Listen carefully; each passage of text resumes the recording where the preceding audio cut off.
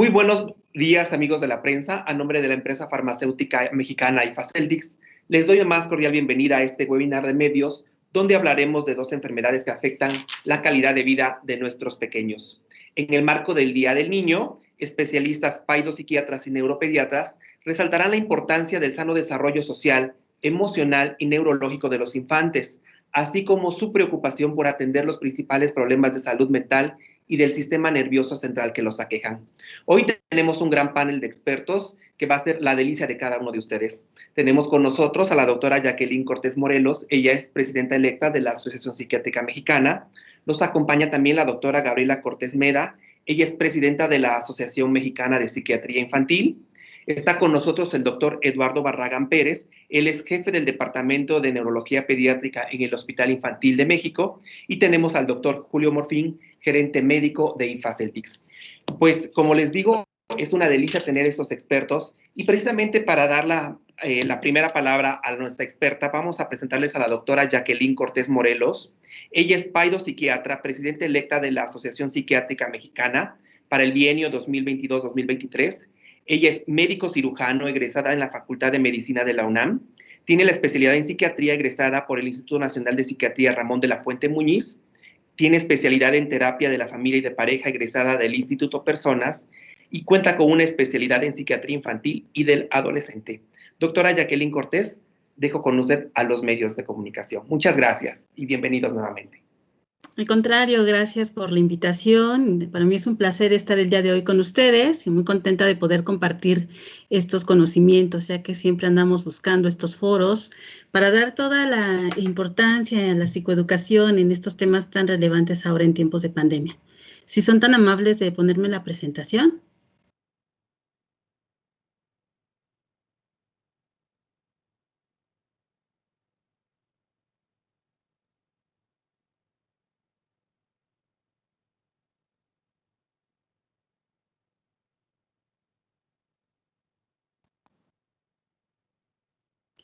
Sí, creo que tenemos algunos problemas aquí para la presentación, doctora, pero bueno, pues mientras, doctora, pues si es un gustan, gusto puedo tenerla aquí. Compartiendo de todos modos. Nosotros, sobre todo, pues que vamos a celebrar el Día del Niño próximamente, doctora.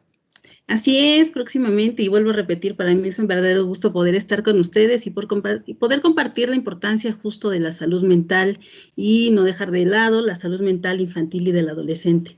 Definitivamente sabemos que muchos de los padecimientos que se presentan en el área de la salud mental van a poder dar inicio desde la infancia, de tal forma que incluso hay una clasificación en el Manual Diagnóstico y Estadístico de las Enfermedades Mentales sobre lo que viene siendo los trastornos del neurodesarrollo. Entonces podemos ver cómo es que incluso desde antes de que nazca un bebé, desde que se planea dentro de todo este ciclo vital, no va a ser el mismo futuro el niño que es planeado al que no es planeado, que es deseado al que no es deseado, y que durante todo su desarrollo, incluso en el vientre materno, pueda tener o no un cuidado prenatal o pueda tener un cuidado durante su infancia. Dentro de los trastornos que vamos a encontrar, sobre todo muy al inicio, van a estar varios, como por ejemplo el trastorno por déficit de atención e hiperactividad, que al tratarse de un trastorno del neurodesarrollo, pues va a dar su inicio principalmente en la infancia, especialmente en la etapa escolar, y sabemos que si nosotros no sabemos identificar este trastorno a tiempo y no poderlo tratar de manera adecuada, vamos a tener consecuencias, a lo mejor ni siquiera tan tardías, sino en el momento presente, en la funcionalidad del niño en los aspectos importantes de su vida, como puede ser el área académica, como puede ser el área escolar, familiar, social, personal. Y además de eso, también es muy importante tomar en cuenta que si estos niños, además de que empiezan a padecer una serie de consecuencias de sus padecimientos y no son tratados, una de las consecuencias que ya se ha demostrado científicamente que pueden presentar es el trastorno por uso de sustancias.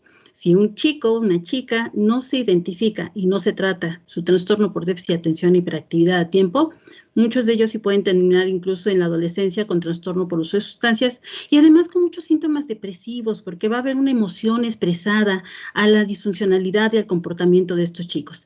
La doctora Gaby Cortés nos va a decir en un momento todas las características que presenta un chico con trastorno por déficit de atención e hiperactividad y también hay que tomar en cuenta que esta misma hiperactividad los puede hacer ser muy impulsivos y en un momento dado poder tener problemas al ser tan impulsivos, a tener tanta energía energía, de sufrir accidentes, y sí está demostrado que en estos chicos se gasta mayor cantidad de dinero en materiales de curación, en materiales que muchas veces tienen que estarse pues ahí utilizando para poder sanarlos.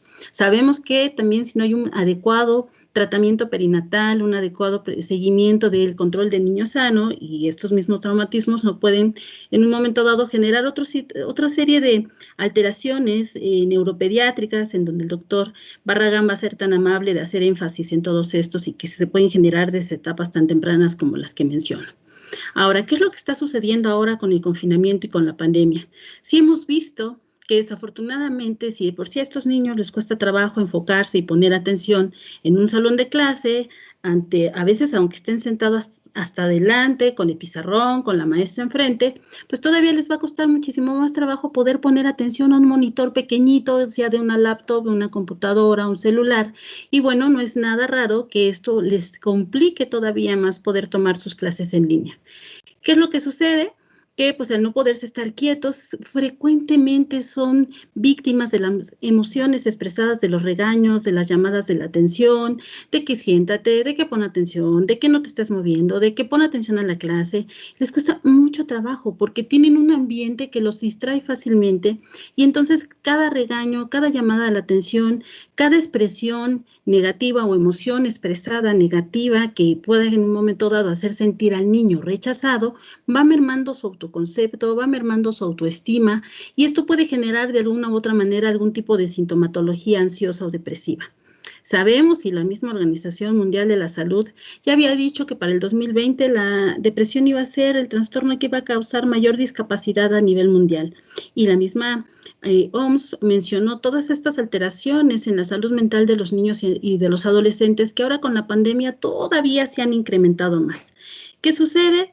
Que pues para el niño también es muy importante correr, salir. El juego es parte fundamental del ciclo vital del niño, y si no corre, si no juega, si no sale, si no interactúa con sus amiguitos, pues este desarrollo también se puede ver limitado, y esto también los entristece, los desespera, los aburre.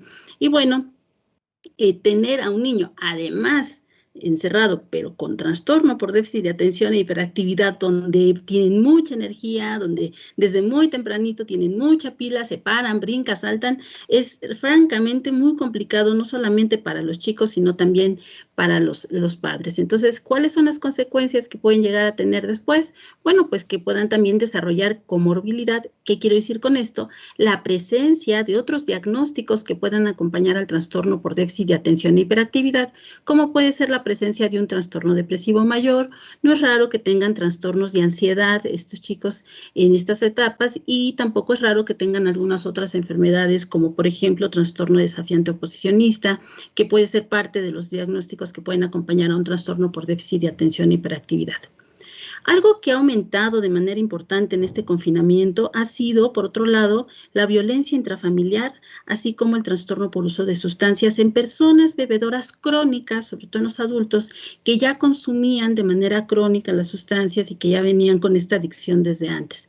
¿Qué es lo que sucede con estos chicos? Pues que también muchas veces son metidos en el conflicto de pareja por una relación de pareja disfuncional. Entonces, ¿qué es lo que sucede? Que por los padres, al no tener tampoco un espacio de privacidad, al perderse esas privacidades, porque en nuestras casas tenemos la oficina, el aula, recámaras, todo, pues ¿qué es lo que sucede? Que los niños muchas veces son testigos y muchas veces también involucrados en estos conflictos de pareja dentro de la familia, y esto también va a traer consecuencias emocionales en el pequeño. No es raro también que estos chicos, y sobre todo ya hacia la adolescencia, se sientan deprimidos porque se ven afectados en su vida social, en las etapas de su desarrollo social y de pareja. Sabemos que en la adolescencia empiezan las primeras, a lo mejor, experiencias amorosas, los primeros enamoramientos, y tampoco ha sido raro que por este confinamiento haya rupturas amorosas que les generan duelos y síntomas también emocionales. Los chicos adolescentes están atravesando por una etapa en donde etapas muy tempranas tienen que decidir carrera, tienen que decidir a lo mejor con quién se quedan, con quién se van, o en tener sus primeras experiencias incluso sexuales. Todo eso los abruma, pero en este confinamiento aún es más abrumante porque para ellos el haber perdido la oportunidad de tener una graduación, un festejo presencial, interaccionar, ver al novio, ver a la novia, por supuesto que también va a mermar mucho pues esta parte afectiva que puedan presentar.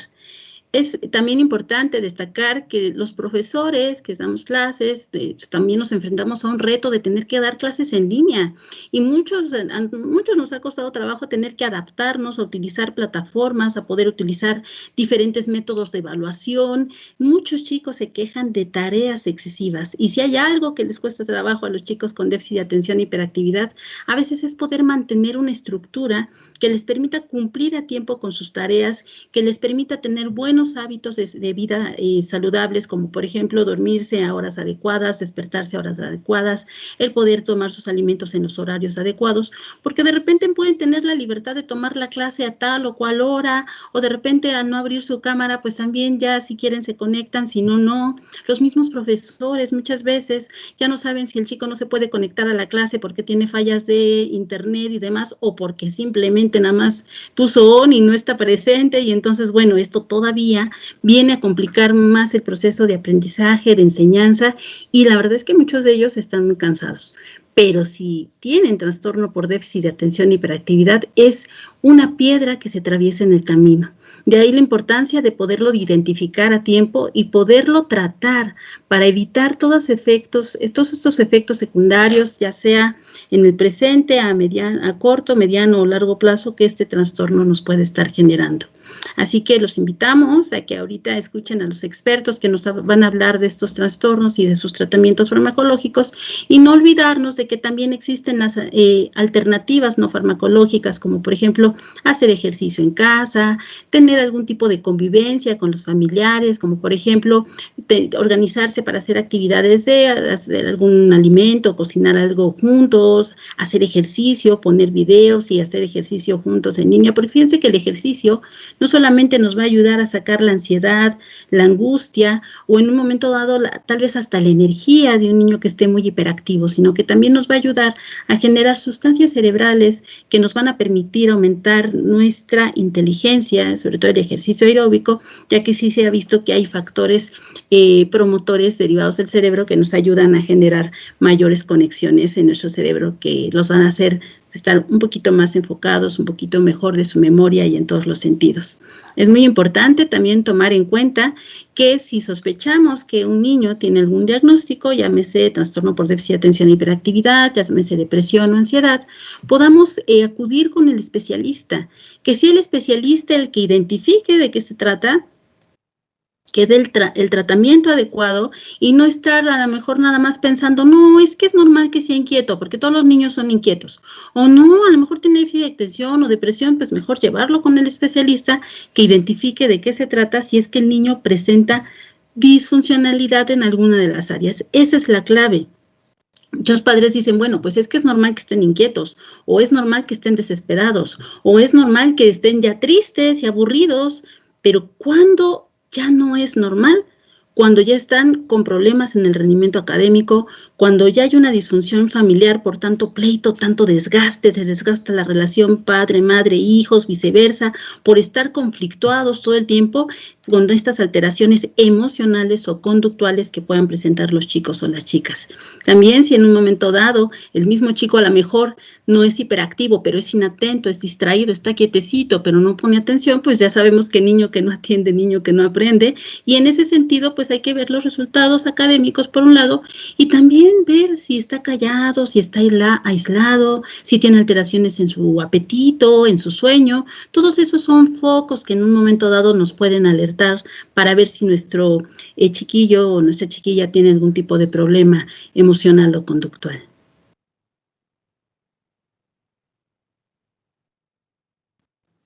Doctora, muchas gracias por esta presentación. Como se dan cuenta, vamos a tratar hoy dos temas muy interesantes, sobre todo, pues como decía la doctora, en el marco del confinamiento, nuestros niños pues han tenido algunas alteraciones más en su salud mental. Y precisamente para hablar del trastorno por déficit de atención, tenemos a la doctora Gabriela Cortés Mera. Ella es presidente de la Asociación Mexicana de Psiquiatría Infantil, es médico egresado de la Universidad Michoacana de San Nicolás de Hidalgo. Cuenta con especialidad en psiquiatría en el Hospital Psiquiátrico Fray Bernardino Álvarez de la UNAM. Tiene también una especialidad en psiquiatría infantil y de la adolescencia en el Hospital Psiquiátrico Infantil Dr. Juan N. Navarro. Es profesora de asignatura en el Departamento de Psiquiatría y Salud Mental de la Facultad de Medicina de la UNAM, profesora invitada en el curso de especialización en psiquiatría infantil y de la adolescencia que se imparte en el Hospital Psiquiátrico Infantil Juan N. Navarro y jefe de servicios en el Instituto Nacional de Psiquiatría Ramón de la Fuente Muñiz. Doctora Gaby, bienvenida y gracias por estar con nosotros. Muchas gracias por la invitación y sobre todo pues para hablar sobre este importante tema. Si me pueden pasar la siguiente, por favor. Y bueno, pues el trastorno por déficit de atención e hiperactividad, o TDAH, como se le conoce comúnmente, pues tiene una prevalencia mundial en niñas, niños y adolescentes del 5%, lo que quiere decir que cerca de 1 de cada 20 niños, niñas y adolescentes lo van a tener. Afecta predominantemente a hombres, es decir, por cada 4 hombres con TDAH hay una mujer. Además, tiene un componente hereditario. ¿Qué quiere decir esto? Que los hijos de padres que lo padecen, lo sepan o no los papás, van a tener 5 a 10 veces más riesgo que la población general de tener TDAH. Además, se calcula que su heredabilidad es de aproximadamente el 74%. El TDAH es, pues, el trastorno del neurodesarrollo, que es uno de los problemas de salud mental más comunes en la infancia, ¿sí? La que sigue, por favor. El TDAH se caracteriza por la presencia de síntomas relacionados, por un lado, con la falta de atención o inatención, y por el otro, con manifestaciones de hiperactividad e impulsividad, las cuales pueden tener un gran impacto en la calidad de vida, afectando sus relaciones y sus actividades familiares, académicas y sociales. En resumen, interfiere con su funcionamiento y desarrollo, como bien lo comentaba la doctora Jackie Cortés. La que sigue, por favor. Vamos a ver, pues, cuáles son los síntomas, algunos de los síntomas relacionados con la inatención.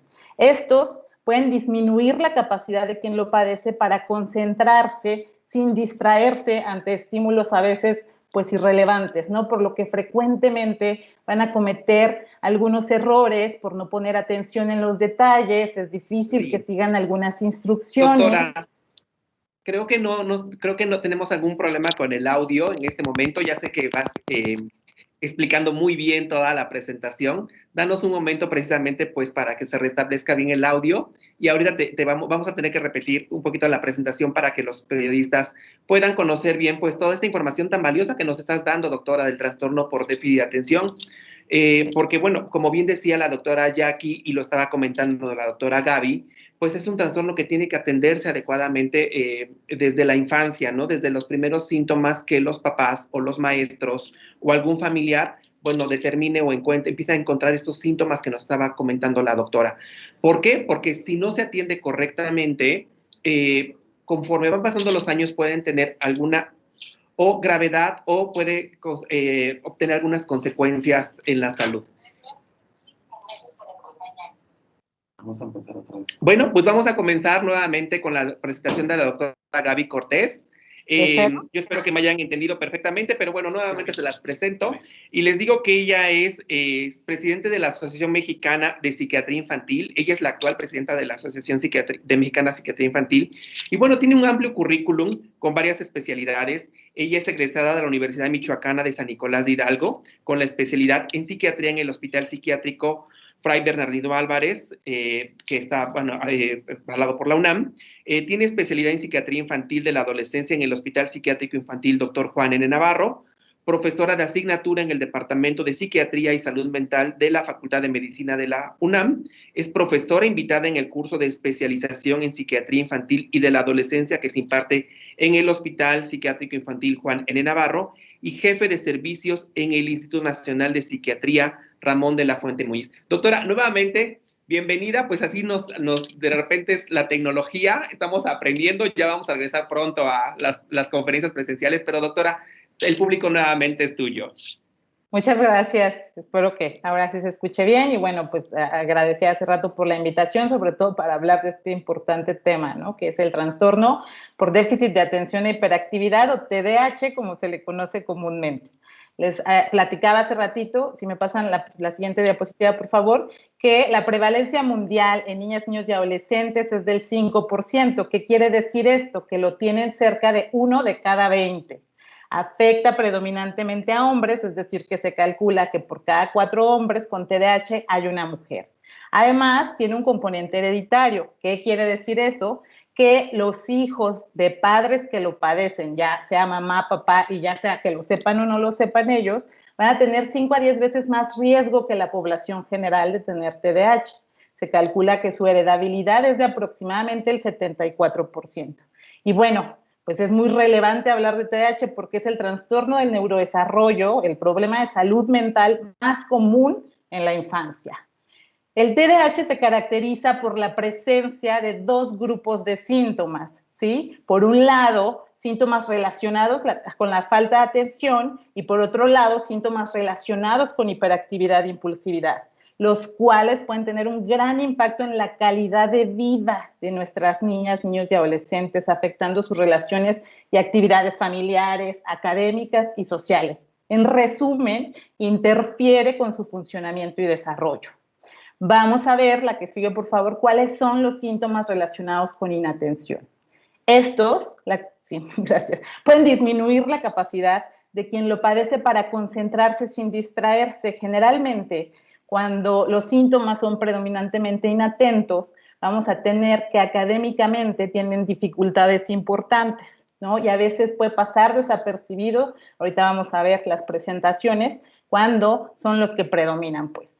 Pero ¿cuáles son? Bueno, pues generalmente van a cometer algunos errores por no poner atención a los detalles. Es difícil que sigan algunas instrucciones, dependiendo de la edad también, pues entre instrucciones más elaboradas o que incluyan varios temas les va a ser más difícil. Evitan lo que les condiciona esfuerzo mental, como algunas tareas escolares. Tienden a ser olvidadizos, perder cosas de uso habitual, como sus cuadernos, libros, la lapicera, los colores, el suéter del uniforme. Pueden ser desorganizados y llegar a ser descuidados en sus actividades de la vida cotidiana. La que sigue, por favor. Por otro lado, tenemos los síntomas relacionados con hiperactividad e impulsividad. Estos suelen ser más evidentes porque impactan en la conducta. Algunos de ellos son, por ejemplo, que se mueven y hablan en exceso, ¿no? Incluso están hablando en las clases cuando el profesor o la profesora está dando la clase, ¿no? Actúan como si tuvieran un motor encendido. Hay algunos padres de familia que manifiestan que pareciera que no se les acaba la pila. Es difícil que ocupen su tiempo libre, por lo que se muestran generalmente inquietos, interrumpen o se entrometen en actividades o pláticas de otros, tienden a ser impacientes, por los que llegan a precipitar respuestas incluso antes de que se termine de hacer la pregunta, y se les dificulta esperar su turno, por ejemplo, en los juegos. Entonces, esto les puede traer también, pues, dificultades para socializar. Los síntomas generalmente se identifican antes de los 12 años, o en el caso de adultos, aunque pudieran estar atenuados, tienen el antecedente en la infancia o en la adolescencia de estos síntomas. Es importante mencionar y tener claro que hay 3 presentaciones diferentes del TDAH, lo que en ocasiones favorece que madres y padres de familia e incluso profesores lo confundan o no lo identifiquen, sobre todo, como les decía, con la presentación que es predominantemente inatenta, en la cual los síntomas de hiperactividad e impulsividad son de una severidad muy leve o son muy poquitos, ¿sí? Siendo los de mayor relevancia aquellos relacionados con la falta de atención. En la presentación que es predominantemente hiperactiva e impulsiva, pues esos van a ser los síntomas de mayor severidad, los relacionados con hiperactividad e impulsividad, encontrando pocos datos de inatención. Finalmente, la presentación que puede llegar a penalizar más el funcionamiento es la presentación combinada, en la cual la severidad, tanto de manifestaciones de inatención como de hiperactividad e impulsividad, pues son muy notables, ¿verdad? Y están afectando notablemente pues, la funcionalidad de esa niña, niño y adolescente. La que sigue, por favor. Hoy en día todavía existen, ¿no?, personas que se muestran incrédulas respecto al trastorno. Sin embargo, como ya mencioné, existe evidencia de base genética. Además, diversas investigaciones en el mundo han demostrado que los síntomas están asociados con una serie de cambios en el desarrollo y funcionamiento de algunas áreas del cerebro, afectando redes y conexiones neuronales en las que participan sustancias químicas, como cuáles, principalmente para el caso del TDAH, es la dopamina y la noradrenalina, responsables de transmitir mensajes entre las células cerebrales y que en el caso de niñas, niños y adolescentes con TDAH lo hacen de forma diferente, ¿no? Que es ahí pues, donde funciona la parte farmacológica. La que sigue, por favor. Entonces, bueno, pues es muy importante identificar y tratar el TDAH, pues las intervenciones tempranas que van a ser farmacológicas y no farmacológicas, ¿sí? Hay diversas intervenciones no farmacológicas, pero deben ir de la mano, pueden hacer grandes diferencias. Cuando se identifica y se trata de forma integral, las personas van a tener más probabilidades de alcanzar su máximo potencial. Por otro lado, cuando las personas con TDAH no son identificadas y no son tratadas, pues va a incrementar el riesgo, pues como ya lo dijo la doctora Jackie, por ejemplo, de comorbilidad, que es más la regla que la excepción en el caso del TDAH, ¿no? Encontrar comorbilidades, es decir, enfermedades agregadas como depresión, trastorno de ansiedad, consumo de sustancias hacia la adolescencia, pero también hay otros impactos, ¿no? En la salud física se ha visto que se asocia con obesidad, puede haber fracaso o abandono escolar, también temprano, ¿no? Hay más riesgo de accidentes también en esta población y, bueno, afecta su desarrollo emocional y social. Lo anterior con un impacto directo en su calidad de vida presente y futura, ¿sí? Actualmente aún existe temor sobre el tratamiento y se llegan a buscar desafortunadamente alternativas que no están probadas científicamente, lo que retrasa el inicio de un manejo efectivo y se pierde tiempo en la aplicación de medidas que mejoren el desarrollo de estas niñas y niños con TDAH. Cuando las familias comprenden la severidad, más bien la seriedad de los tratamientos propuestos y estudiados desde hace años, logramos que mejore drásticamente el curso y pronóstico, reduciendo con ello el sufrimiento, con un impacto positivo en la salud integral, el desarrollo familiar, social y académico. Además, ayuda a que mamás, papás y profesores entiendan lo que está pasando y participen en las intervenciones. Espero que haya sido de utilidad. Muchas gracias. Muchas gracias, doctora. Muy clara. La verdad es que con información muy valiosa que yo espero que para nuestros amigos periodistas les sirva mucho para, bueno, pues para preparar a lo mejor algún artículo o algún reportaje ahorita que viene pues la semana del Día del Niño. Y precisamente, bueno, en la infancia no solamente el trastorno por déficit de atención con hiperactividad, como decía la doctora Gaby, la doctora Jackie, es una enfermedad que afecta a los infantes. También hay otra que es la epilepsia infantil. Y precisamente para hablar de este tema tenemos con nosotros al doctor Eduardo Barragán Pérez. Él es neuropediatra, jefe del Departamento de Neurología Pediátrica en el Hospital Infantil de México Federico Gómez. Es profesor titular del curso universitario de Neurología Pediátrica por la UNAM, presidente de la Asociación de Médicos en el Hospital Infantil de México Federico Gómez, fundador y coordinador de la Unidad de Neuroinvestigación Divaga del Hospital Infantil de México Federico Gómez. Además, es investigador de ciencias médicas B por el CONACYT. Doctor Eduardo Barragán, muchas gracias por estar con nosotros y bueno, la audiencia es toda suya. Hola, ¿cómo están? Muchísimas gracias, Manuel. Gracias a todos los amigos periodistas que están aquí, que yo creo que hay cuestiones muy importantes que hablar sobre la epilepsia infantil. Trataré de ser puntual para mantenernos en los tiempos. Lo primero es, la que sigue es, la epilepsia es una enfermedad que afecta aproximadamente al 2% de la población en México y al menos 9 millones de personas en Latinoamérica, lo cual la convierte en un problema de salud pública y que es muy importante decir, la que sigue, que las manifestaciones se dan en términos generales, el 75% de todas las epilepsias se van a dar antes de la adolescencia, lo cual convierte a esta enfermedad como una de las enfermedades que observamos con mayor frecuencia en la etapa de la niñez. Habrá que decir que afortunadamente en México ha existido desde hace por lo menos unos 10 o 15 años donde la Liga Internacional contra la Epilepsia empezó a hacer toda esta campaña de sacando a la epilepsia de las sombras, para favorecer el entrenamiento y educación de los médicos generales, de los pediatras, para la correcta identificación, su identificación temprana y un tratamiento adecuado de manera oportuna, lo cual ayuda a mejorar la calidad de vida de los pacientes con epilepsia. En general, hay que decir que las manifestaciones se pueden dividir, como ahorita lo vamos a ver, en múltiples efectos, entendiendo que el cerebro regula cualquier cosa. Y algo interesante es, el diagnóstico es clínico, esto es, que ante una serie de un fenómeno o una caracterización específica, donde de repente se pierde el equilibrio que tiene el niño o el adolescente, tengo que hacer una serie de anamnesis o buscar si esto puede ser desencadenado por una descarga anormal en el cerebro.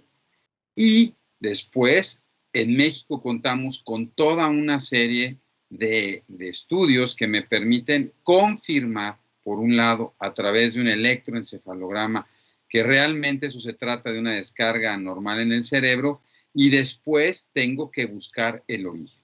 Es indispensable entender que el diagnóstico es clínico, como decíamos, se corrobora a través de un electroencefalograma, pero también es muy importante y probablemente es uno de los defectos que hoy tenemos en nuestro país, que muchas veces no llegamos al diagnóstico correcto. Y es que entender que el diagnóstico correcto es el que define el pronóstico y el tipo de tratamiento que requiere el paciente. Además, habrá que entender que a veces hay dudas diagnósticas, ¿no?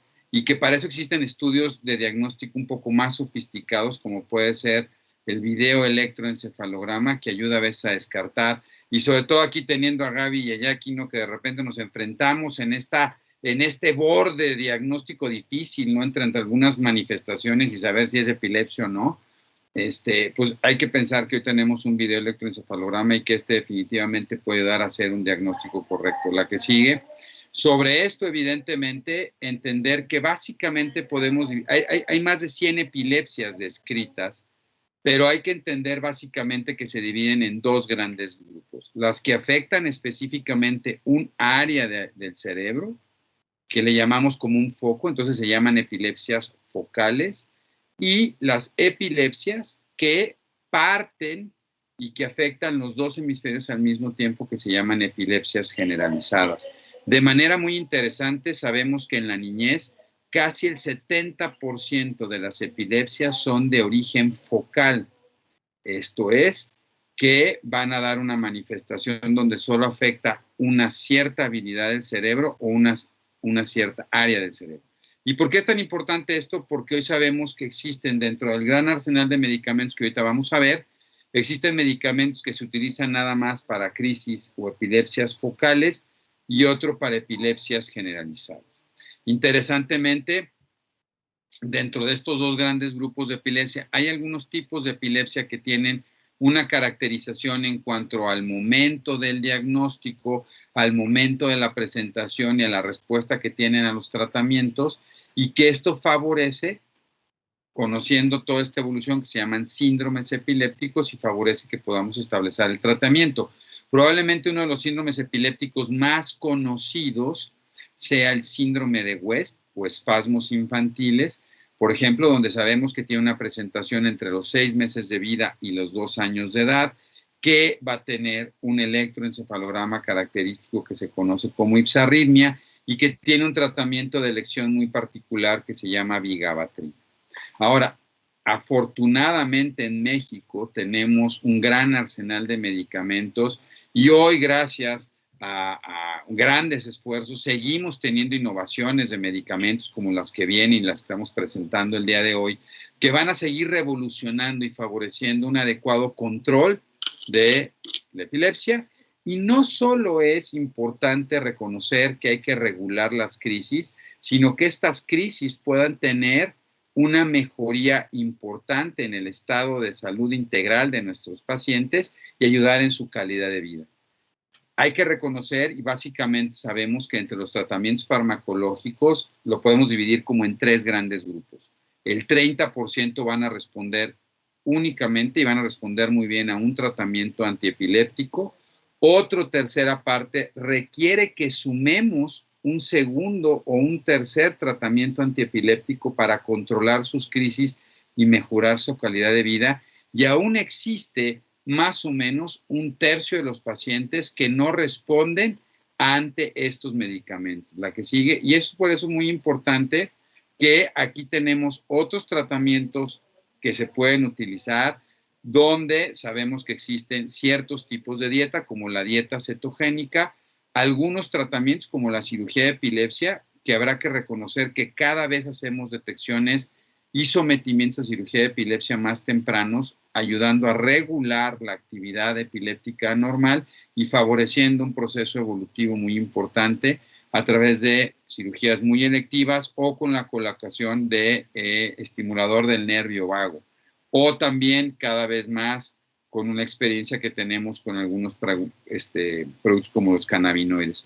Entonces, si se fijan ustedes, México me parece que es un país muy beneficiado, donde por un lado tenemos una gran educación médica continua que se ha hecho sobre los médicos generales para la detección temprana de estas manifestaciones, para poder hacer diagnósticos oportunos, por lo menos con un electroencefalograma, que hoy se cuenta con electroencefalografía que se puede hacer en todo el país, en cualquier lado, y que afortunadamente tenemos muchos de los tratamientos que se tienen que utilizar para ayudar.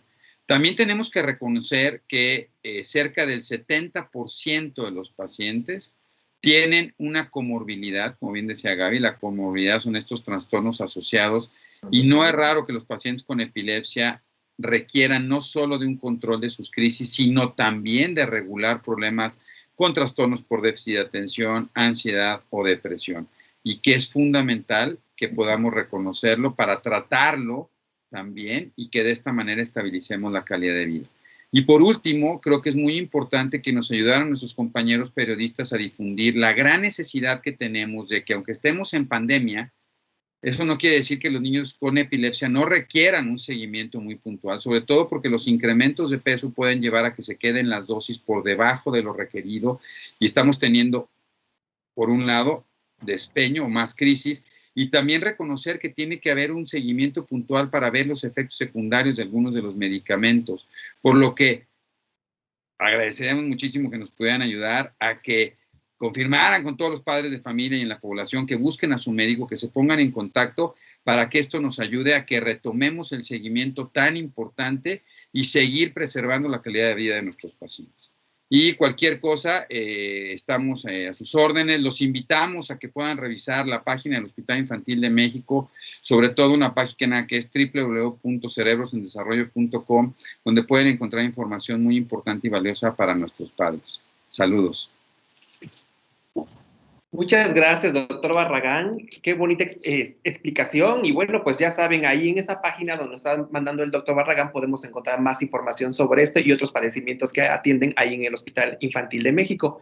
Y precisamente para poder ver aquellas soluciones nuevas o novedades médicas que existen en el mercado, está con nosotros el doctor Julio Morfín Martín. Él es médico cirujano con especialidad en ginecobstetricia y es gerente médico de IFA Celtics, que nos va a hablar de lo que está haciendo el área de salud mental de esta empresa farmacéutica. Doctor Julio, muchas gracias por estar con nosotros. Al contrario, muchas gracias. En nombre de IFA Celtics agradezco mucho a las doctoras y al doctor por compartir sus conocimientos. Agradezco mucho a los medios de comunicación, como dice el doctor Barragán. Su ayuda es muy importante para difundir la educación médica, el conocimiento. En este caso, muy dirigido a padres y madres de familia que puedan reconocer algún problema en sus hijos, bien sea trastorno por déficit de atención e hiperactividad o bien sea epilepsia. Estamos a un día del Día del Niño. Qué mejor regalo para ellos que el conocimiento y la salud. Y queremos en IFA Celtics ser parte de un equipo por la calidad de vida de los niños en este país. No solamente que sean niños sanos, sino que tengan calidad de vida y que puedan vivir plenamente integrados en su familia, en su comunidad, y aprovechar todas las oportunidades escolares y de la vida. Para ello, en esta ocasión, IFA Celtics presenta dentro de su línea de salud mental dos productos. Uno de ellos es Butronin, es metilfenidato de liberación inmediata, indicado para tratar el trastorno por déficit de atención e hiperactividad. Y el segundo producto nuevo que venía a fortalecer el portafolio en la salud mental es el Moburen en solución. Ya mencionaba el doctor Barragán que 75% de los casos de epilepsia empiezan en la infancia, y esta presentación está pensada específicamente justo para los niños que en edades tempranas no pueden tomar una tableta, y esta presentación en jarabe en solución es más fácil de dosificar para encontrar las dosis adecuadas. Nuevamente agradezco mucho a los médicos y a los medios de comunicación la ayuda para difundir el conocimiento y poder incidir en la calidad de vida de los pequeños. Gracias. Muchas gracias, doctor Julio, por esta presentación muy clara, muy directa. Y bueno, pues qué bueno que ya sabemos que hay nuevas opciones farmacológicas precisamente para estas dos enfermedades que afectan a nuestros infantes. A continuación vamos a hacer la sesión de preguntas y respuestas. Les estamos pidiendo que por favor a nuestros periodistas pongan las preguntas en el chat, como siempre, y nosotros se las vamos a estar pasando a los expertos para que ellos puedan darnos una respuesta acertada y, bueno, pues con conocimiento sobre las dudas que ustedes tengan. Precisamente, la periodista Genoveva Ortiz del periódico La Prensa le pregunta a la doctora Gaby Cortés: ante el anuncio del probable regreso a clases en agosto en la Ciudad de México y otras entidades del país, se corre el riesgo de que los niños puedan presentar señales de estrés o angustia. ¿Cómo preparar a los niños para un regreso a clases saludable, doctora? Muy buena pregunta, y justo, pues no solo los niños están teniendo o van a tener ansiedad, sino también incluso pues los padres de familia. Justo esta semana, en el Instituto Nacional de Psiquiatría, trabajamos unas infografías. Hoy se empezó a publicar la primera. En Instagram pueden encontrar la información como Mentalizarte, y en Facebook como el Instituto Nacional de Psiquiatría. Y bueno, lo primero es, lo que yo recomendaría primero es que los niños, a ver, la ansiedad es una emoción normal, ¿no? Hay que identificar cuando ya no es normal, y ya no es normal pues cuando genera mucho malestar y se acompaña de otros datos como problemas de sueño, problemas de apetito, dificultades para concentrarse, para hacer sus actividades. Y hay que ver, ¿no? O sea, la recomendación para los papás primero es reconocer sus propias emociones y hacerle ver al niño y a la niña que lo que sienten es válido, ¿no? Que es natural que puedan sentirse angustiados y que es importante, y para ellos es importante saber a qué se debe su angustia. Puede ser que se sienten atrasados en la escuela y que a lo mejor no van a estar al corriente, o han estado tanto tiempo en casa que puede ser que sientan que ahora no van a encajar, o que teman, ¿no? Que se enferme alguien en casa si ellos salen, o que si pasó algo, que falleció alguien de la familia, el pensar en hablar, que tengan que hablar del tema, etcétera. Entonces, lo primero que recomendaría es que les ayudemos a las niñas y los niños a reconocer sus emociones partiendo de nosotros adultos, hablar de que nosotros también nos sentimos angustiados a veces también nos sentimos tristes y preocupados, y que lo que ellos sienten es muy válido y que están ahí pues ustedes para escucharlos. Doctora Jackie, no sé si quiera complementar algo en estas recomendaciones para tener un regreso a clases lo más saludable posible, lo más tranquilo posible. Así es, Manuel, muchas gracias. Hasta parece que me leíste el pensamiento, porque justo quería compartir que es también muy, muy importante que para que podamos dar esa contención a nuestros hijos, nuestras hijas, también los papás estén en buenas condiciones de salud mental. Fíjense que tanto el trastorno por déficit de atención e hiperactividad, depresión o trastornos de ansiedad van a tener una heredabilidad importante, y justo el trastorno por déficit de atención e hiperactividad tiene una alta heredabilidad hasta de un 70%. Entonces, si un papá es muy ansioso, si una mamá está deprimida, si un papá o una mamá tienen trastorno por déficit de atención y hiperactividad, va a ser muy importante que también ellos identifiquen, que también ellos vayan con el especialista, se traten y puedan entonces ya desde una salud mental, siendo ellos los pilares de su casa, de su familia, dar contención a los hijos. Porque a veces lo que pasa con los niños es que son como esponjitas, absorben las emociones de los padres, y si los padres están muy ansiosos, ellos también van a estar absorbiendo a veces los nervios y los miedos miedos de los papás. A lo mejor los niños están tranquilos para regresar a clases, están contentos de que ya por fin van a poder ir a jugar, a ver a sus amiguitos, etcétera, pero los papás son los que tienen tantos temores que de manera a lo mejor muy directa decir, ay no, pero te cuidas y te distancias y no vas a agarrar a nadie, ¿no? Y entonces el niño empieza a angustiarse, y sí es muy importante, pues, por supuesto, que los padres se traten. Además, un adulto con trastorno por déficit de atención y hiperactividad también se le olvidan muchas cosas, no pone atención y entonces el niño se queja de no sentirse escuchado. De, ay mamá, es que nunca me pelas, es que te estoy contando y otra vez ya te fuiste, te estaba hablando de esto y me sales con otra cosa y cosas. Entonces, de verdad, este trastorno por déficit de atención y hiperactividad se puede mantener en la vida adulta hasta en un 50-60% de la población que lo inició desde la infancia. Entonces, va a ser muy importante que también los padres se encuentren en buenas condiciones de salud mental para poder hacer un trabajo colaborativo con sus hijitos y regresar a esta asistencia. Doctor Barragán, creo que quiere complementar también. Doctor Barragán, adelante con lo que nos quieras comentar, No, por yo favor. solamente digo, ya sé que me voy a meter mi cuchara, pero es súper importante nada más recordar que yo creo que una parte fundamental de regreso a clase tiene que ver con el estado socioemocional de los chicos que están viviendo y lo que hemos visto en un despeño impresionante de ansiedad y de depresión, sobre todo en todas las edades, pero que no perdamos de vista la importancia de seguir recordando, y esto lo dijo muy bien Jackie, ¿no? Seguir recordando la importancia de cuidarnos, ¿no? Y de que eso se hace a través de que los padres, porque el niño sigue la figura del padre, entonces que el uso correcto del cubrebocas, ¿no? La sana distancia, el hecho de regresar, lo tenemos que hacer de una manera adecuada para seguir cuidándonos y manteniéndonos ante una situación de pandemia que no se ha terminado. Y que eso tiene que quedar muy claro para que no desbordemos y podamos poner en riesgo a nuestra población, que es tan importante. Entonces, sí hay que recordarles a los papás. Y la mejor manera es que los mismos padres, que hoy desafortunadamente uno los ve en las calles, pareciera que ya no se están cuidando, ya no hay sana distancia, ya no se ponen cubrebocas, pero no entienden que esto permea sobre sus hijos y que son los que siguen el proceso, ¿no? Y que tenemos que cuidar no solo a nuestros padres, sino a los maestros y a nuestros compañeros, y que vale la pena ir trabajando en estos procesamientos y que nuestros amigos de la prensa nos ayuden, ¿no?, a difundir y seguir insistiendo en las medidas tan sencillas para cuidarnos todos. Sí. Sí, doctora Gaby. Puedo agregar algo nada más, o sea, que de parte de las recomendaciones no es eso, lo que ya comentaron tanto la doctora Jackie como el doctor Barragán, ser como papás, ser proactivos y ser honestos.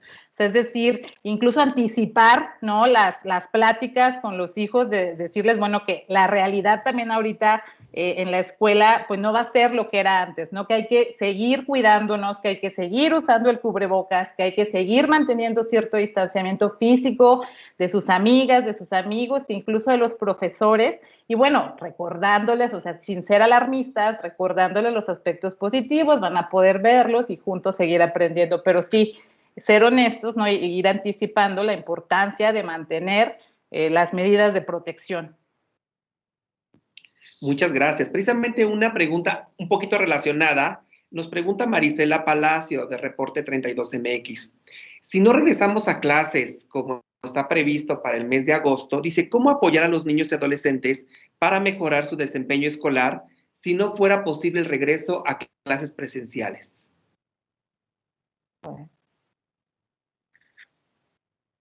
No sé quién de los expertos nos pueda comentar algunas recomendaciones. Si tenemos que seguir con este esquema de estar en casa, y si tiene un trastorno por déficit de atención, pues el niño o el papá. Yo creo que a mí me gustaría nomás puntualizar que habrá que, yo felicito a los maestros y a las escuelas con el gran esfuerzo que han establecido para poder tratar de acercar a los niños y mantener su proceso educativo. Definitivamente, lo importante es entender que si las condiciones del país se mantienen bajo pandemia, lo más importante es cuidar a nuestros individuos, ¿no? Y sobre eso seguir viendo las mejores opciones. Entender que seguirán las opciones de la educación en línea. Hoy se han abierto otras opciones, ¿no? Y hay mucho de este homeschooling y estas células que se están haciendo, y que yo creo que ha sido muy interesante cómo nos hemos ido adaptando las escuelas y el proceso educativo ante la demanda de los individuos. Entonces, Creo que es muy importante que sepan que sí hay varias opciones desde el punto de vista de seguimiento educativo y que si no se pudiera dar este fenómeno de regreso escolar en agosto, eso no quiere decir que vayamos a delimitar o tener un problema en no seguir el proceso de educación como se ha llevado hasta ahorita. También me gustaría puntualizar que eso también es independiente de la necesidad que tenemos de seguir buscando espacios para nuestros hijos, y creo que es muy importante por esta situación del estado socioemocional que tienen, que hoy no solo estemos abriendo, ¿no?, con muchas familias que se fueron de vacaciones ya en una necesidad imperiosa, sino que empecemos a establecer cómo podemos buscar para nuestros hijos de una forma cotidiana espacios abiertos, con cuidado, para poder ayudar en este desenvolvimiento emocional, que creo que es más importante incluso aún que estar pensando en la continuidad escolar. No sé qué piensen ahora sí, las expertas Jackie. Sí, yo quisiera también complementar, además de lo que agrega el doctor Barragán, y que estoy totalmente de acuerdo con lo que menciona, sí es muy importante dentro de los tips poder, como mencionaba yo, mantener una estructura. Antes esta estructura nos los daba en los horarios de lunes a viernes, los horarios de entrada, salida de la escuela, del horario del lunch, etcétera. Pues también mantener esa estructura dentro de casa. Todos los días tratar de dormirnos a la misma hora, despertarnos a la misma hora y procurar que el sueño sea en la noche, porque ¿qué es lo que sucede? Que muchos chicos, sobre todo los que tienen la libertad de tomar sus clases en televisión y pueden escoger los diferentes horarios, empiezan a invertir su ciclo sueño-vigilia y empiezan a dormirse en la madrugada, casi se les amanece y se despiertan el mediodía, 1 de la tarde, si bien nos va, y esto, además de que afecta mucho su salud física y emocional, también altera totalmente la estructura y esto no nos ayuda en nada. Entonces, dentro de los tips para poder favorecer el buen desempeño académico es mantener la estructura de lunes a viernes, tratar de despertarnos a la misma hora, bañarnos, arreglarnos, no quedarse en pijama, ponernos ropa cómoda si gustan, pero tratar de seguir la misma rutina, los mismos horarios de la alimentación establecidos, los horarios de convivencia. Y ahora que nos ha tocado hacer también en el home office y estar en casa, no solamente trabajando, sino también haciendo quehaceres cuando no tenemos o no queremos tener a personas que nos puedan apoyar con los quehaceres en casa, de repente estamos sobresaturados los padres, las madres. Entonces es bien importante, así como agendo tal día, tal hora, tengo conferencia de prensa, tengo un paciente, tengo lo que tenga, tal día, tal hora, tenemos horario de convivencia familiar, ir planeando y escuchando qué te gustaría a ti, qué te gustaría acá, e integrar a toda la familia. Ver el lado positivo de las cosas, porque muchos van a decir, ay, ya íbamos a regresar, qué pena, ay, otro año más, ay, ya estamos hartos, ay, tenemos esta necesidad imperiosa de ya irnos de vacaciones, ¿no? Y tomar en cuenta que afortunadamente esta pandemia nos agarró en una época en donde la tecnología nos ha permitido tomar clases en línea y esto nos ha salvado la vida a muchos, la salud. Afortunadamente también el año académico no se ha perdido, entre los trabajos en los que podemos trabajar en línea no se han perdido, y eso siempre verlo también como un lado positivo.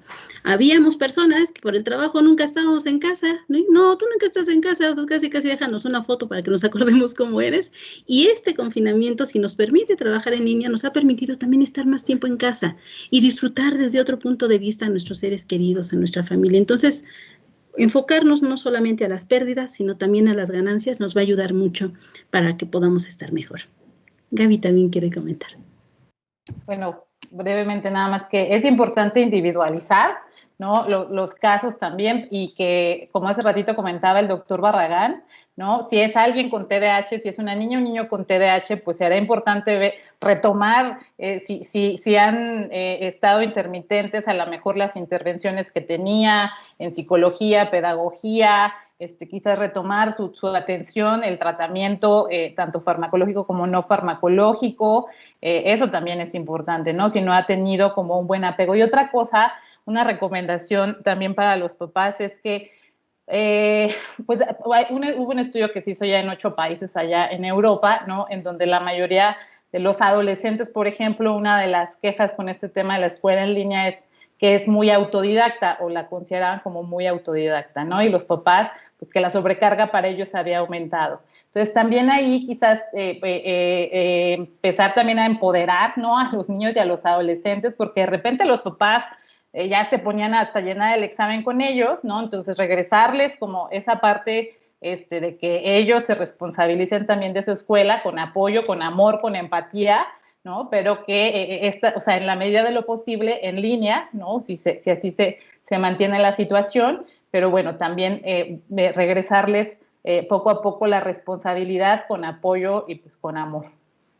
Manuel, y yo nada más quisiera terminar puntualizando que Unitairis, que es uno de los grandes grupos a nivel europeo sobre el trastorno por déficit de atención, y la Liga Latinoamericana para el Trastorno por Déficit de Atención, hacen un llamado a los padres a que no suspendan los tratamientos farmacológicos, que son importantes que se sostengan, y evidentemente con estos grandes esfuerzos que hace IFACELTIC de mantener medicamentos de eficacia y de seguridad, que puedan mantener los niños tomándolo para que sigan complementando esta eficacia, sobre todo a niños que tienen trastornos por déficit de atención. Uno de los problemas que hemos visto es que ha habido una intermitencia en los tratamientos y que eso no solo no ayuda a que se mantengan en la escuela en línea, sino puede favorecer incluso cambios de irritabilidad o menor apego. Entonces creo que es muy importante que los padres retomen un tratamiento farmacológico de manera continua, que no lo suspendan hasta que no tengan, como bien decía Gaby, ¿no?, esta intervención con sus médicos y que puedan establecer las líneas de CAFUA, ¿no? Pero entonces creo que es muy bueno que en México sigan llegando opciones farmacológicas como las que ustedes nos traen para asegurar que nuestros niños sigan en tratamiento y podamos seguir manteniendo este nivel adecuado, aunque sea tomando clases en línea. Muchas gracias. Tenemos muchas preguntas, perdóname, doctora Jackie, tenemos muchas preguntas, entonces vamos a tratar de darle un poquito de agilidad para poder leer todas, porque sí están poniendo muchas preguntas nuestros amigos periodistas. Entonces, si no, nos vamos a quedar en una sola pregunta y no vamos a darle respuestas a todas. Entonces, esta va muy enfocada para el doctor Barragán. Son dos preguntas que hacen Marisela Palacio e Irene Licona. Preguntan sobre el tema de las terapias que incluyen medicamentos derivados de la cannabis y sobre todo en qué casos de niños con epilepsia se deben aplicar y en cuál es el tema quirúrgico, doctor Barragán. Déjame quitar aquí el... ¿Cómo quito el...? No. Ahí voy. No, es que está ese fácil. Ahí voy. Perfecto, perdón. Uno es el único medicamento que está actualmente en el mundo avalado para la utilización en epilepsia, se llama Epidiolex, que es un medicamento de la Unión Europea, y básicamente las únicas indicaciones hasta este momento que tienen es la utilización en síndrome de Lennox-Gastaut, síndrome de West y síndrome de Dravet. Y la recomendación en cirugías de epilepsia es que hay dos tipos de cirugía de epilepsia, las cirugías paliativas, como es la cirugía de cuerpo calloso, que se utiliza para estas crisis de caída que se llaman drops, o cada vez hay cirugías de epilepsia para quitar pequeños focos, sobre todo en una región que se llama el hipocampo temporal, y que hemos visto que pueden ayudar. Antes se esperaba que la cirugía de epilepsia se daba en adultos hasta que el adulto ya estaba muy deteriorado, y hoy, gracias a los avances de la resonancia, si yo tengo un chico con una epilepsia focal, determino que tiene un problema en la formación de esta zona, puede ser desde edades muy tempranas indicativo, y esto ayudará a que el desarrollo y calidad de vida sea mejor. Muchas gracias, doctor Barragán. Precisamente nos pregunta, esta pregunta va para las expertas, para la doctora Gaby y la doctora Jackie, porque nos pregunta Alejandro Arcos de Plenilunía, dice, ¿existe una tendencia en el exceso de tratamientos? Eso es lo que él considera. Dice, ¿cuáles son las recomendaciones para cuando no es TDA, por ejemplo, en el caso de los niños que son superdotados y que a lo mejor se pudiera confundir esta relación, doctoras? Bueno, definitivamente el médico especialista sabe perfectamente y sobre todo con base no solamente en sus conocimientos por la especialidad, sino en las guías internacionales de tratamiento para los diferentes padecimientos, pues cuál es la dosis adecuada, ¿no? Muchas veces, sobre todo en los niños, se pueden calcular los medicamentos por kilo de peso y también nos gusta mucho irnos a dosis respuesta para con la dosis mínima necesaria poder tener una respuesta adecuada de tratamiento. Ahora, quiero destacar que muchos de los chicos y chicas con trastorno por déficit de atención e hiperactividad, no todos, pero sí muchos, pueden ser más inteligentes que la media y que una cosa no está peleada con la otra. De repente se identifican que tienen el trastorno por déficit de atención e hiperactividad especialidad en la licenciatura y fueron niños de excelencia en la primaria, en la secundaria, y son pues hasta nombrados coloquialmente, como comentan, como superdotados. Sin embargo, eso no los exenta de que poder tener algún padecimiento. No hay un ser humano que sea perfecto, todos podemos tener algún padecimiento, y si tuvieran trastorno por déficit de atención e hiperactividad, a lo mejor les costaría menos trabajo o incluso el impacto a nivel emocional pudiera ser menor, ya que de todos modos, si existe un trastorno, nos va a causar algún tipo de disfuncionalidad en el área académica, familiar, social, etcétera. Y un médico especialista nunca va a estar sobremedicando, va a estar identificando un diagnóstico, porque se van a cumplir criterios diagnósticos y se les va a estar dando el tratamiento a los chicos con base en las guías internacionales de tratamiento para esto. Yo únicamente quisiera agregar que quede claro que el TDAH no tiene nada que ver con la inteligencia, no es un problema de inteligencia y puede ser sobredotado. ¿Okay? Sí, doctor Julio.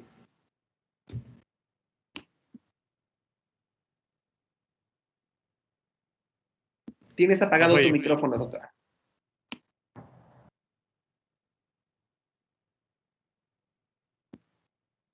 Está apagado tu micrófono, doctor Julio. Ya, perdón, la tecnología me gana.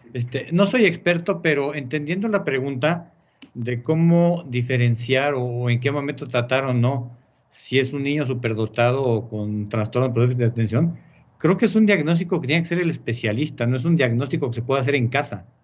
O sea, no es posible que yo considere que mi hijo es un niño superdotado o tiene trastorno por déficit de atención y en base a ello tratarlo. Creo que ante la duda lo más importante es llevarlo con un especialista que le haga los estudios necesarios para que pueda tener el diagnóstico de certeza.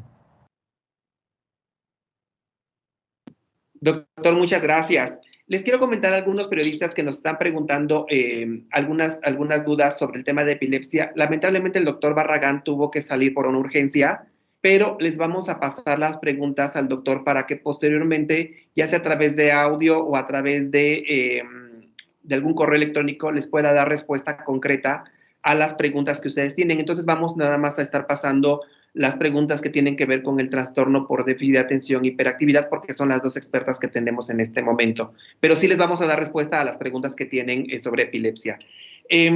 Nos dice Maribel Vega de Tele Yucatán. Dice, niños que han presentado COVID y tienen TDAH, ¿tienen mayores secuelas neurológicas? ¿Cuáles? No. O sea, todo está como aún en investigación, pero además de que la prevalencia de COVID en niños afortunadamente es mucho más baja, ¿no?, que en adultos, pues las manifestaciones neuropsiquiátricas que se han observado en adultos y en niños pues son diversas y no tienen relación hasta ahorita, ¿no? No hay una investigación que haya arrojado que tenga alguna asociación con tener TDAH o no. Ok, muchas gracias. Nos preguntan del médico interactivo, ¿nos pueden hablar sobre el nivel de seguridad que tienen estos fármacos y si pueden combinarse con otros tratamientos? Si existen las comorbilidades mentales y cómo se tratan. Bueno, el nivel de seguridad, por supuesto que es totalmente adecuado. Todos estos medicamentos ya han sido probados por años y han sido manejados a nivel mundial para tratar el trastorno por déficit de atención y hiperactividad.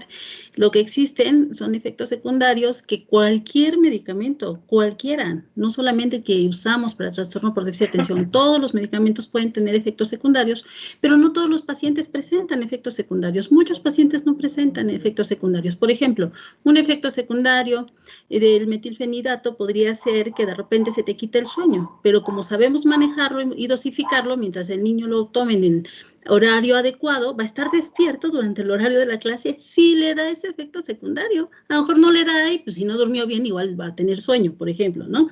Sí es muy importante también destacar que las comorbilidades, como mencionábamos, son más la regla que la excepción. Es más frecuente que además de que presente el niño trastorno por déficit de atención e hiperactividad, también tenga algún trastorno asociado como trastorno ansioso, trastorno depresivo, etcétera, y también existen los tratamientos específicos para esos trastornos y no hay ningún problema de poder manejar los dos tratamientos si es que el niño lo amerita. Muchas gracias. Irlanda Maya nos pregunta, para la doctora Jacqueline Cortés, para el TDA, ¿cuál sería el tratamiento completo para estos pacientes, además de los fármacos? Y para la doctora Gaby Cortés pregunta si el TDA se cura o puede desaparecer. Ay, pues con mucho gusto y gracias por la pregunta, porque es también muy importante destacar que el tratamiento, como bien lo mencionan, es multidisciplinario, es integral, es decir, así como es importante que se lleve al niño con el especialista en psiquiatría infantil y del adolescente, también es muy importante que además de manejar el metilfenidato para el tratamiento del trastorno por déficit de atención y hiperactividad, se pueda complementar y dar el tratamiento integral con algún tipo de terapia. La terapia que más ha demostrado tener buenos resultados en este tipo de casos es la terapia cognitivo-conductual, también acompañada de la terapia sistémico-familiar. ¿Para qué? Para que entonces podamos complementar e integrar el tratamiento y que este niño no solamente obtenga resultados más rápidos, sino que los resultados se mantengan por más tiempo. Por otro lado, también es muy importante hacer equipo con las escuelas y con los profesores y poder también compartir esta psicoeducación con los profesores y tips prácticos para que ellos puedan aprender cómo tratar, comprender a un chico, una chica que tenga este padecimiento y tenerle todo el apoyo que necesite en lo que el tratamiento da resultado. Respecto a lo que me preguntas a mí, muchas gracias. A ver, el TDAH bueno, la explica, cada vez hay más estudios, afortunadamente, de las trayectorias de las personas con TDAH. De ahí que se habla de la importancia de la detección temprana y el tratamiento oportuno y adecuado, ¿no? Entonces, lo que se ha visto en estos estudios ya cada vez a mayor escala es que cuando los tratamientos se inician tempranamente, no solo el farmacológico, sino las intervenciones que cada niña o niño requiere, porque va a ser diferente, ¿no? Si hay una presentación inatenta, que si hay una presentación combinada, pues las intervenciones no farmacológicas pueden variar. Pero entonces, si se inició más temprano toda esta atención, esa niña y niño va a ser capaz de compensar, de reforzar esas habilidades desde temprana edad, y es muy posible que hacia la adolescencia, que se da algo que nosotros llamamos poda neuronal, ¿no? Y que en esa poda neuronal, justamente a nivel frontal, que es donde se han encontrado algunas de las principales alteraciones relacionadas con TDAH, pues puede ser que eso ayude a que los síntomas también se atenúen. Entonces, lo que se ha observado es que hay el TDAH, por eso se tiene que tener una visión del ciclo vital a lo largo de la vida, pero puede ser que hacia la adolescencia, ¿no? Si iniciamos tempranamente las intervenciones, si el ambiente es favorecedor, si en la escuela hubo apoyo, los papás, etcétera, los síntomas estén tan atenuados que ya no cumpla criterios, ¿sí? Hacia la edad adulta, ¿sí? Entonces, pues va a depender, es decir, va a depender de todo, generalmente de la severidad de los síntomas, de cuándo se inició tratamiento, etcétera, el futuro que tenga esa persona con TDAH, porque puede ser que los síntomas sí se atenúen tanto hacia el final de la adolescencia, edad adulta, que ya no cumpla criterios para TDAH, o puede ser que persista a lo largo de la vida. Muchas gracias, doctora Gaby. Para el doctor Julio Morfín también nos pregunta Irlanda Maya, dice, ¿qué diferencia hay entre estos medicamentos comparados con los que ya están en el mercado? Y si estos medicamentos estarán disponibles en el sector público. De ahí la importancia de trabajar para que sean accesibles para la población. Estos medicamentos son de lo que nosotros llamamos de primera línea para la atención de la enfermedad. Metilfenidato es de los tratamientos de primera línea, o sea, de los primeros que se deben de seleccionar para tratar un niño con esta enfermedad. Butronin es una nueva marca de metilfenidato. De igual forma, levetiracetam es un medicamento de los que se indica en primer lugar para tratar epilepsia, y estamos hablando de niños, pero importante mencionar sobre todo en mujeres en edad reproductiva, porque es seguro en el embarazo. Entonces, Moburen es una nueva marca de levetiracetam. Todos los medicamentos que tiene Ifaceltix tienen estudios de bioequivalencia, quiere decir, se comparan con el medicamento de referencia, el original, digamos, para comprobar que tengan la misma eficacia y la misma seguridad. Hace rato comentaba el doctor Barragán que es importante no suspender los tratamientos, continuarlos, y estas dos enfermedades, tanto la epilepsia como el trastorno por déficit de atención, son enfermedades crónicas, son de mucho tiempo. No les voy a dar tratamiento 7 días y se curaron. Entonces, algo muy importante y que siempre ha buscado IFA Celtics es poder brindar a los médicos y a los pacientes medicamentos probados que son de calidad de primera elección, pero a un precio que sea accesible, justamente para que las familias mexicanas puedan tener la opción de comprarlos regularmente y no interrumpir los tratamientos de sus hijos o los tratamientos de los adultos en el caso también. Muchas gracias, doctor, y qué bueno que nos da este mensaje de que son enfermedades que se tienen que tratar pues de por vida prácticamente, ¿no? Bueno, obviamente con lo que los expertos nos lo indiquen. Ya tenemos las últimas dos preguntas. Nos pregunta Guadalupe Camacho de Bebemundo. Dice, ¿cuál sería el tercer trastorno neuronal de los niños mexicanos, además del TDAH y la epilepsia? ¿Qué otro sería un trastorno que tal vez afecte a nuestros niños mexicanos? Los trastornos del espectro autista, ¿no? Es otra grupo de trastornos del neurodesarrollo más prevalentes, trastorno del espectro autista y discapacidad intelectual. Que hay que entender que el grupo de los niños con trastorno del espectro autista, por eso ahora se denomina espectro, porque es muy amplio, no pueden tener síntomas tan leves que se noten a veces hasta la secundaria o hasta que ingresan, hasta que aumenta la demanda del ambiente, y hay otros que pueden tener comorbilidades como TDAH, como epilepsia, como discapacidad intelectual. Perfecto. Y precisamente la última pregunta es para la doctora Jackie de Gaby Xochitl de Plenilunea. Nos dice, ¿el TDA está vinculado a otros trastornos, doctora? ¿Y qué aspectos pueden mejorar o empeorar un TDAH, sobre todo en el confinamiento? Sí, definitivamente, como comentábamos, pues esta comorbilidad o presencia de otros trastornos sí puede acompañar bastante frecuentemente al trastorno por déficit de atención y hiperactividad. No necesariamente todos son trastornos generalizados del desarrollo, pueden ser, por ejemplo, o del neurodesarrollo, pueden ser, por ejemplo, trastornos depresivos, trastornos de ansiedad, y sobre todo en las etapas tempranas vamos a encontrar que puede haber algo que conocemos como trastorno de ansiedad de separación, es decir, que en un momento dado el niño tenga mucho miedo de separarse de alguna figura de apego, de dormir solo en su habitación, de que si los padres salen tengan mucho miedo de que algo malo le vaya a pasar a él si los papás no están, o a los padres si es que estos salen, miedo a lo mejor a en un momento dado perderse, o incluso cuando regresamos a la escuela de manera presencial tengan miedo de integrarse nuevamente a las aulas por este miedo de separarse de los padres. Ese es algo también muy común. Y las fobias, ¿no? Las fobias simples, fobias a las inyecciones, fobias a la oscuridad, a las arañas, ¿no? Y bueno, pues aquí también es importante mencionarlo porque se presentan con bastante frecuencia en la infancia. También es muy importante destacar que otros factores nos pueden ayudar, como lo hemos mencionado, el buen apego al tratamiento. Y como este tipo de trastornos, como ya mencionaba, muchas veces los tienen también los papás, no es raro que al papá también se le olvide darle el medicamento al hijo o a la hija, y entonces algunos tips prácticos para que no se nos olvide la toma del medicamento, pues hoy en día existen pastilleros que vienen así marcados hasta por día, ¿no? De repente uno dice, ay, ¿ya me tomé la medicina o no me la tomé? Ay, creo que sí, ay, no, y que si me la tomo doble, no, mejor no me la tomo. Y entonces ya desde ahí entran las dudas, desde los pastilleros, desde poner alarmas, desde poner un calendario, ¿no? Un letrero grande que diga, ya me tomé hoy mi medicamento, pues sí, ya me lo tomé, palomear el calendario en ese día y buscar estrategias que nos permitan un buen apego, porque si no tenemos un buen apego, entonces sí, todo se vuelve desorganizado y disfuncional. Pues muchas gracias. Nada más les voy a pedir a los expertos si por favor nos podemos poner de frente y sonriendo para que nos van a tomar una fotografía para que después la podamos mandar a nuestros amigos los periodistas. Y bueno, que nos digan si ya está.